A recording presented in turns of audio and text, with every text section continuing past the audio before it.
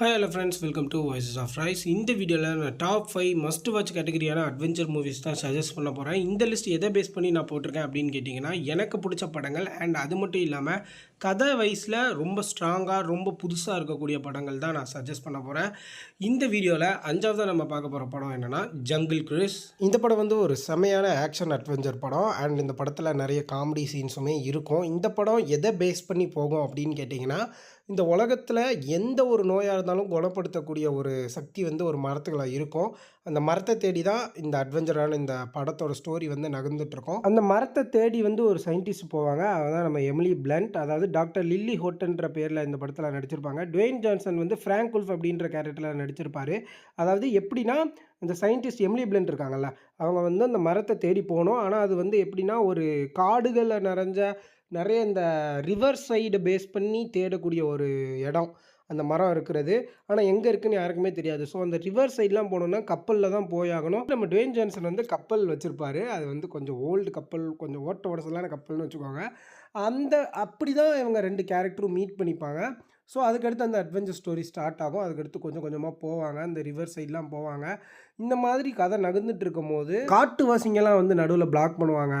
அவங்கள எப்படி தாண்டி போகிறாங்க, அந்த மாதிரிலாம் நிறைய இருக்கும். அண்ட் அது மட்டும் இல்லாமல் வந்து முக்கியமான விஷயம் என்னென்னா, ரொம்ப வருஷத்துக்கு முன்னாடி எட்கர் அப்படிங்கிறவர் வந்து ஒரு ஆர்மியவே கூட்டிகிட்டு, ஒரு படையவே கூட்டிகிட்டு அந்த மரத்தை தேடி போயிருப்பார். அந்த மரத்தை தேடி போகிற அந்த ஜேர்னியில் அவங்க பண்ண ஒரு சில தப்புனால ஒரு சாபத்துக்கு உள்ளாயிருவாங்க அவங்க ஆர்மியே. ஸோ அவங்க வந்து இந்த சைடு நம்ம டுவேன் ஜான்சனையும் எமிலி பிளண்ட்டையும் துரத்திட்டு வருவாங்க. இவங்களெல்லாம் சமாளித்து இவங்க அந்த காட்டுவாசி, அந்த ஜேர்னியில் வர தடைகள், அடுத்து இந்த சாபம் வாங்கின இந்த சோல்ஜர்ஸ் எல்லாம் தாண்டி அந்த மரத்தை கண்டுபிடிச்சாங்களா, அந்த மருந்தை கண்டுபிடிச்சாங்களா, எடுத்தாங்களா அப்படின்றத இந்த ஸ்டோரி நகர்ந்துட்டுருக்கும். படம் ரொம்பவே சூப்பராக இருக்குங்க. அட்வென்ச்சர் ஆக்ஷன்லாம் தாண்டி படம் ரொம்ப இன்ட்ரெஸ்டிங்காக உங்களை வந்து எப்படி சொல்கிறது, சீட்டு கார்னரில் உட்கார வச்சுட்ருக்கோம். அண்ட் உங்களுக்கு எக்ஸைட்மெண்ட்டாக இருக்கும், எப்பட்றா இதெல்லாம் இருக்குது அப்படின்னு சொல்லிட்டு. ஏன்னா நிறைய இந்த அனிமல் லவர்ஸ்லாம் இருந்தீங்கன்னா, அதாவது இந்த படங்களில் அனிமல்ஸ்லாம் வருது உங்களுக்கு பிடிக்கும்னா, இந்த படத்தில் நிறைய அனிமல்ஸ்லாம் காமிச்சிருப்பாங்க.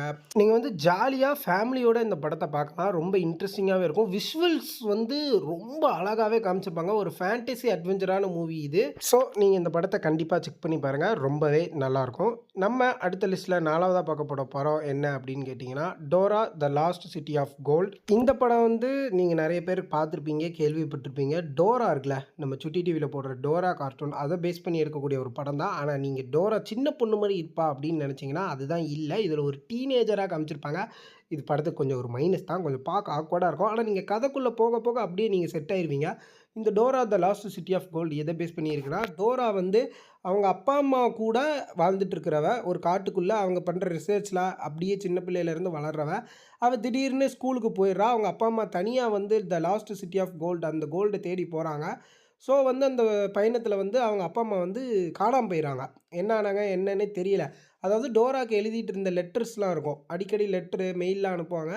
கொஞ்ச நாளாக அனுப்பலை. டோராக்கு ஒரு மாதிரி சந்தேகமாக வந்தோடனே அவளோட ஃப்ரெண்ட்ஸு, கசின்லாம் கூட்டிகிட்டு அந்த காட்டுக்கு போவா. அவள் இருந்த இடத்துக்கு போவா. அதுக்கப்புறம் தான் தெரியும் அவங்க அப்பா அம்மா காணாமல் போயிருக்காங்கன்ட்டு.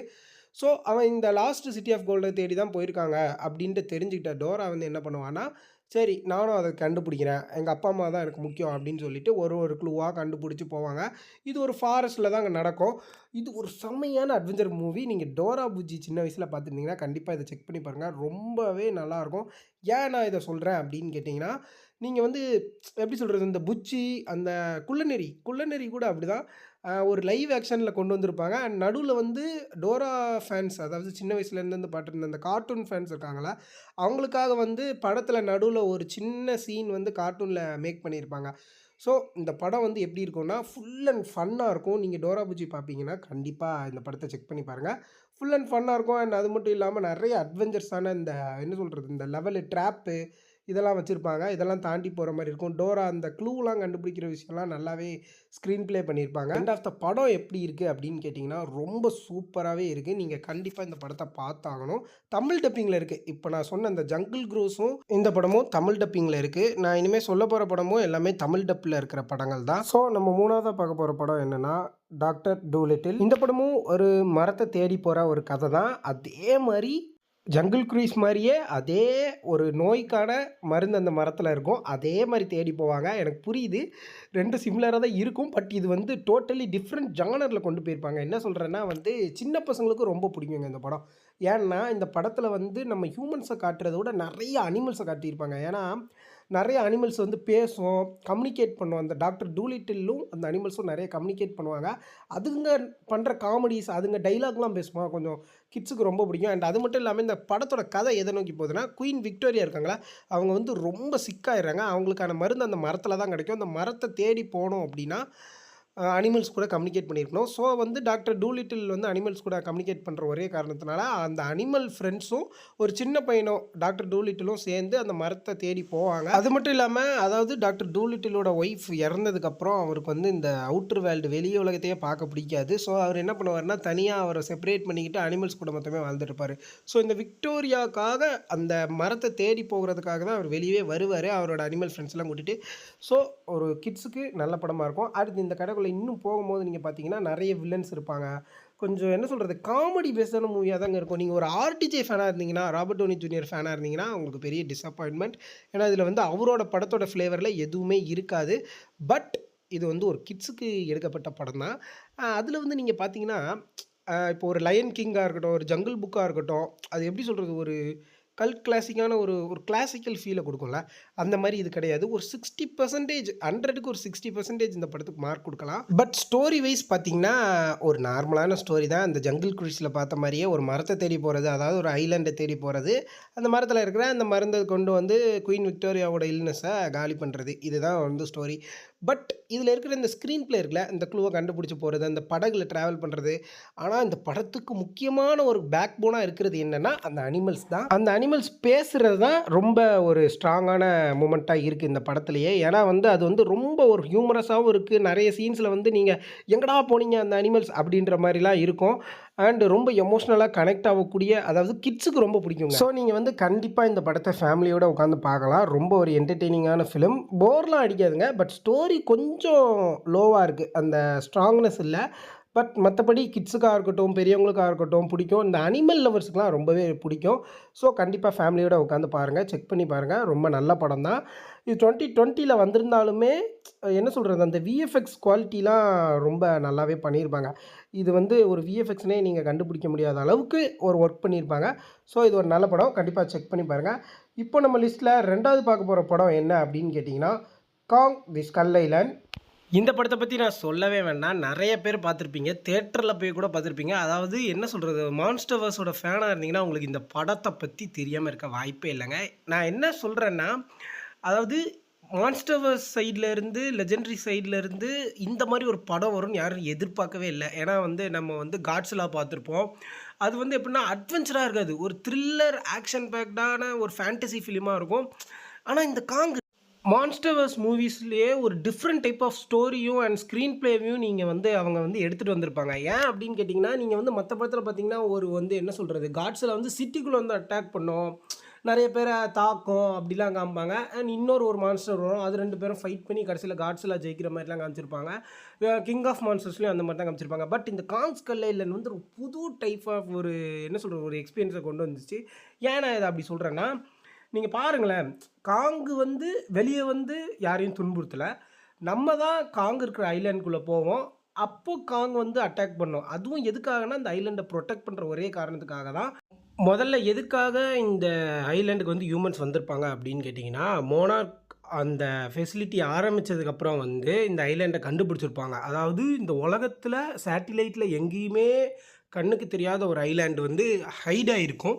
அதுதான் இந்த ஸ்கல் ஐலாண்ட். இந்த ஐலாண்ட் கண்டுபிடிச்சிருப்பாங்களா? ஸோ இந்த ஐலாண்டில் வந்து என்னென்னலாம் இருக்குது, நமக்கு ஹியூமன்ஸ்க்கு தேவையான என்னென்ன புதுசாக இருக்குமோ அப்படின்றதுக்காக சயின்டிஸ்ட்டும் அண்ட் ஒரு ஆர்மி குரூப்பும் இந்த ஐலாண்டுக்கு வந்திருப்பாங்க. இந்த ஐலாண்டுக்கு வந்த உடனேயே வந்து டெஸ்ட் பண்ணுறேன்னு சொல்லிட்டு பாம்பு, இந்த நியூக்ளியர் பாம்பெல்லாம் தூக்கி போடுறது, இந்த அண்டர் கிரவுண்டில் போயிட்டு வெடிக்கிற பாம்பெல்லாம் தூக்கி போட்டு, அதாவது என்ன சொல்கிறது, அந்த ஐலாண்டில் வந்து ஸ்கல் கிராவலர்ஸ்னு ஒன்று இருக்கும். அந்த ஸ்கல் கிராவலர்ஸ்லாம் வெளியே வர வச்சுருவாங்க. அந்த காங் வந்து அந்த ஸ்கல் கிராவலர்ஸ்லாம் சண்டை போட்டு அந்த மாதிரி ஒரு பெரிய ஆக்ஷன் இருக்குது. நான் ஃபுல்லாத்தையும் பிரேக் பண்ண விரும்பலை.